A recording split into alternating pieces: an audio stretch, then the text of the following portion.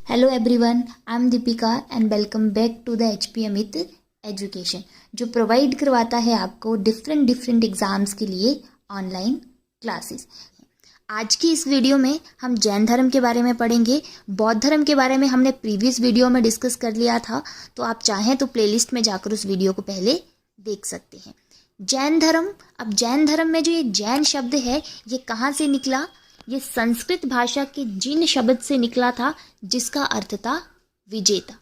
और जैन धर्म के जो भी गुरु हुए हैं जिन्होंने इस धर्म को आगे बढ़ाया है, इसके नियम सेट किए हैं, उन्हें हम कहते हैं तीर्थकर। ठीक है, फिर आता है आपका जो तीर्थकर शब्द है, ये भी दो शब्दों से मिलकर बना है, एक आपका तीर्थ और एक आपका कर।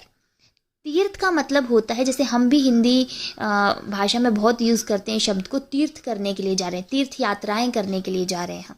ठीक है, तो तीर्थ का अर्थ होता है उन विविध नियमों से होता है जो मनुष्य को इस भवसागर से पार करवाते हैं, मतलब मनुष्य को इस जीवन के कष्टों से पार करवाते हैं। उसी तरह कर का अर्थ होता है ऐसे नियम या उनका पालन करने वाले लोग, ऐसे लोग जो उन नियमों को बनाते हैं जो किसी मनुष्य को इस भवसागर से पार लगाएंगे या फिर उन नियमों का पालन करते हैं, उन्हें कहते हैं कर।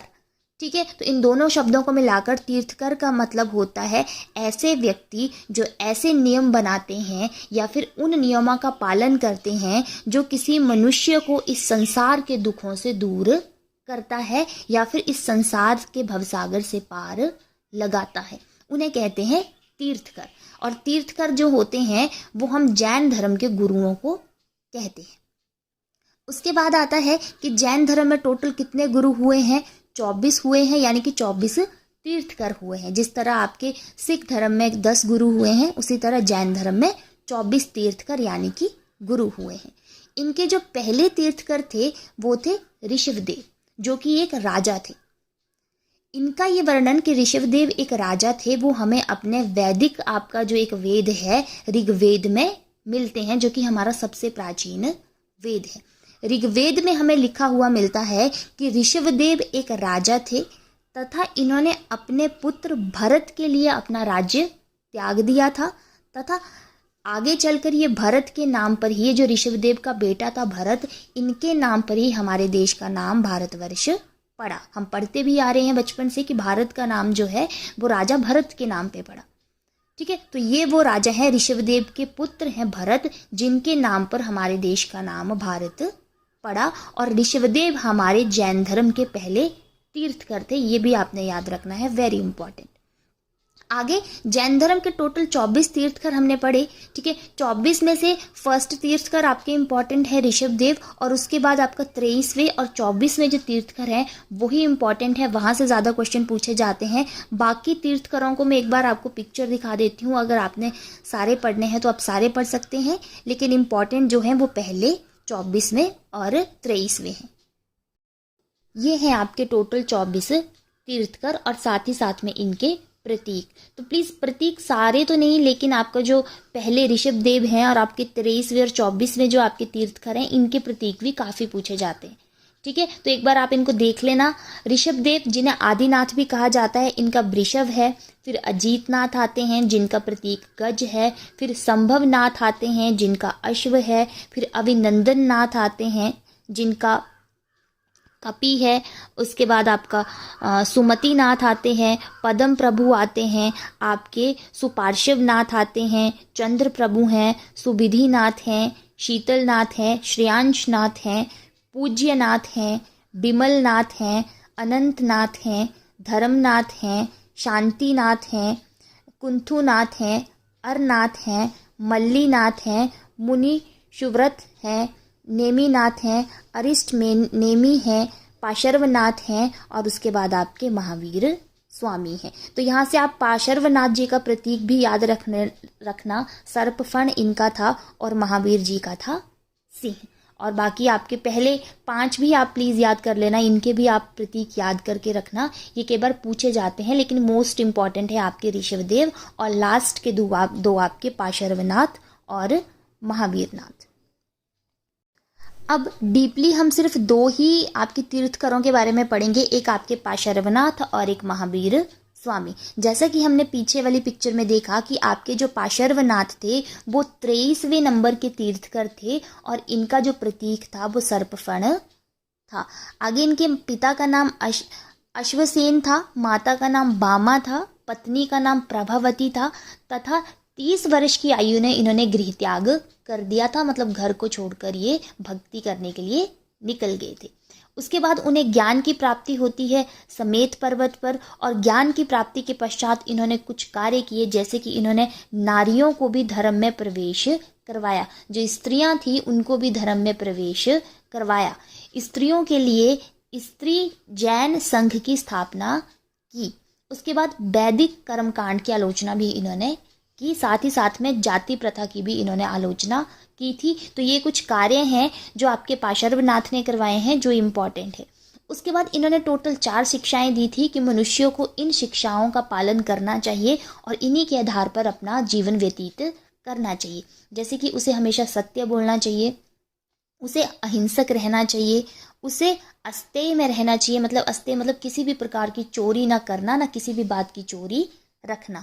और अपरिग्रह आता है आपकी चौथी शिक्षा, संपत्ति ना रखना।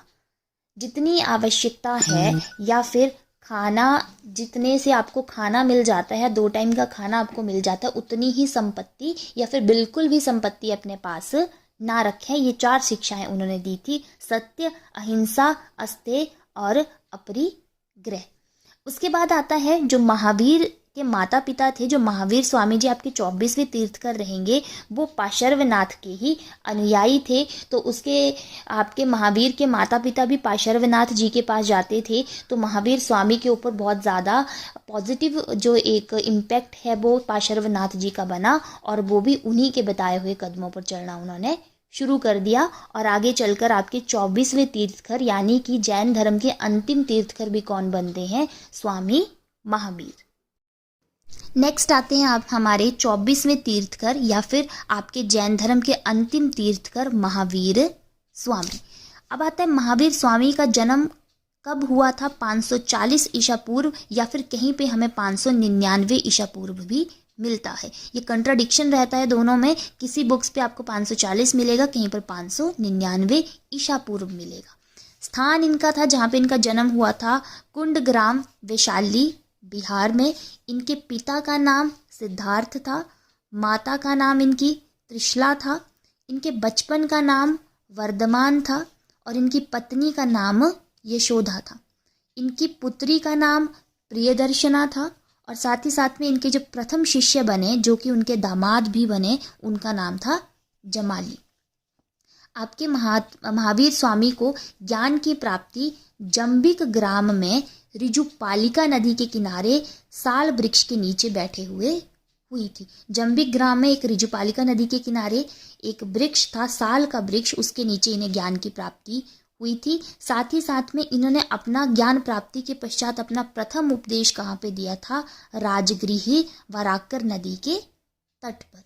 उसके बाद इन्होंने जैन संघ की स्थापना की थी। इम्पॉर्टेंट है, अगर पूछेंगे जैन संघ की स्थापना किसने की थी तो स्वामी महावीर आएंगे, और स्त्री जैन संघ की स्थापना किसने की थी तो पाशर्वनाथ आएंगे।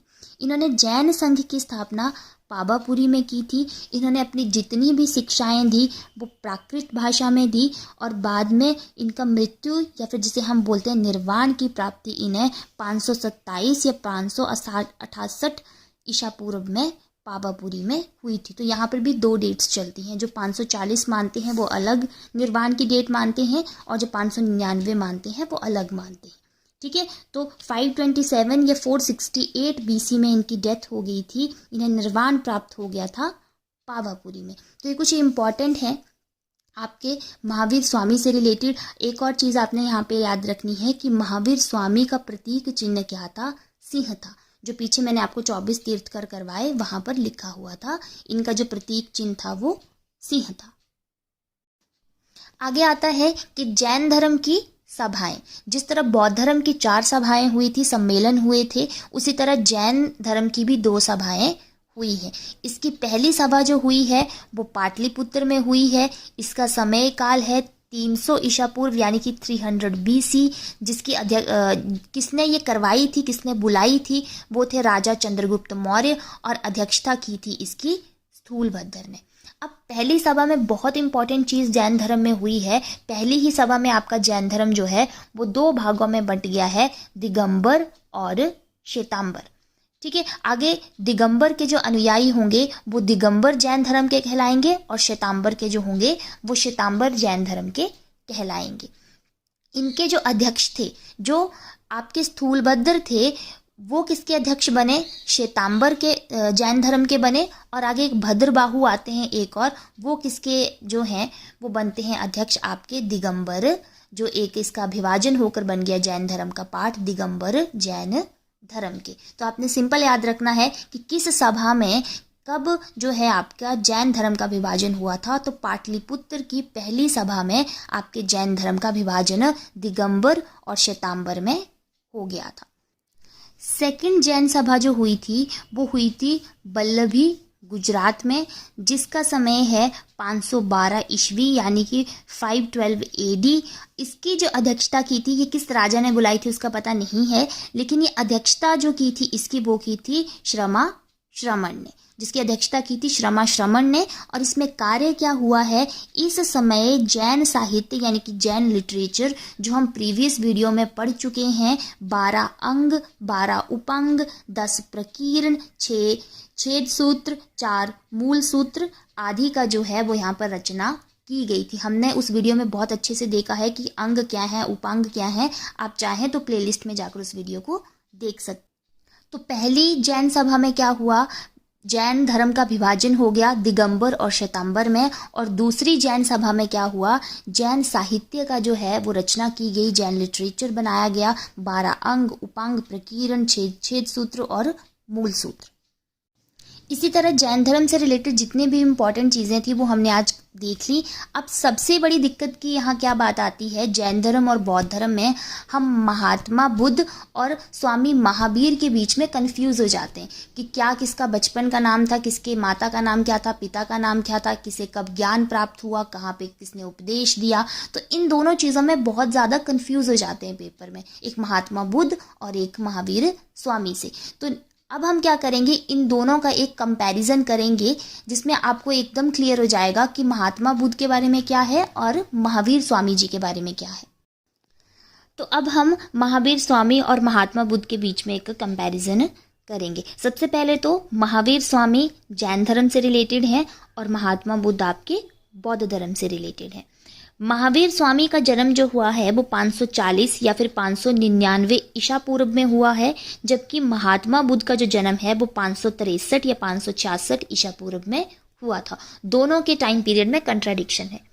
सेकंड आता है इनका जन्म स्थान क्या है, तो महावीर स्वामी का जो जन्म स्थान है वो कुंड ग्राम वैशाली बिहार में है, जो आपके भारत में स्थित है, जबकि महात्मा बुद्ध का जन्म जो है वो लुम्बिनी नेपाल में है हुआ था, किसी दूसरे देश में हुआ था। महावीर स्वामी के पिता का नाम सिद्धार्थ है, जबकि महात्मा बुद्ध के पिता का नाम सुशोधन है। उसके बाद आपके महावीर स्वामी की माता का नाम त्रिशाला है, जबकि महात्मा बुद्ध की 2 जो थी वो माता हुई हैं। एक माता उनकी महामाया हुई है जिनकी डेथ हो गई थी, बाद में उनका पालन पोषण प्रजापति गौतमी ने किया था। महावीर स्वामी के बचपन का नाम वर्धमान था, जबकि महात्मा बुद्ध के बचपन का नाम सिद्धार्थ था। महावीर स्वामी की पत्नी का नाम यशोधा था और महात्मा बुद्ध की पत्नी का नाम यशोधरा था। तो देखो माइनर सा डिफरेंस है दोनों में। महावीर स्वामी की पत्नी का नाम यशोधा और महात्मा बुद्ध की पत्नी का नाम यशोधरा। महावीर स्वामी की एक बेटी है जिनका नाम प्रियदर्शना है, जबकि महात्मा बुद्ध का एक पुत्र हुए हैं जिनका नाम राहुल है। उसके बाद महावीर स्वामी के जो प्रथम शिष्य हैं या दामाद वो जामाली हैं, जबकि आपके जो महात्मा बुद्ध के प्रिय शिष्य थे उनका नाम आनंद था। महावीर स्वामी को ज्ञान की प्राप्ति जम्बिका ग्राम रिजुपालिका नदी के किनारे साल के वृक्ष के नीचे हुई थी, जबकि महात्मा बुद्ध को ज्ञान की प्राप्ति बोध गया बिहार में हुई थी। महावीर स्वामी ने अपना प्रथम उपदेश जो है वो राजगिरी वाराकर नदी के तट पर दिया था, जबकि महात्मा बुद्ध ने अपना प्रथम उपदेश जो है वो सारनाथ में दिया है। उसके बाद आपके जो महात्मा बुद्ध ने जिस भाषा में उपदेश दिए थे वो पाली भाषा थी, जबकि महावीर स्वामी ने जो धर्म प्रचार किया है वो प्राकृत भाषा में किया है। और आपके महावीर स्वामी को निर्वाण की प्राप्ति या उनकी मृत्यु कब हुई है? 527 या 568 ईसा पूर्व में पावापुरी में, जबकि महात्मा बुद्ध की जो मृत्यु हुई है वो 483 ईसा पूर्व में कुशीनगर में हुई थी। तो इन दोनों को इकट्ठा देख के आपने पढ़ना है ताकि आप एक दूसरे में कंफ्यूज ना हो। क्लियर? तो आज की वीडियो में इतना ही काफ़ी है। अगर आपको वीडियो अच्छा लगा हो तो वीडियो को लाइक करना, वीडियो को शेयर करना और चैनल को सब्सक्राइब करना। और साथ ही साथ में न्यू पैटर्न से कोचिंग लेने के लिए पेपर 1 और पेपर 2 की कोचिंग लेने के लिए दिए गए कॉन्टैक्ट नंबर पर आप हमसे कॉन्टैक्ट कर सकते हैं। Thank you.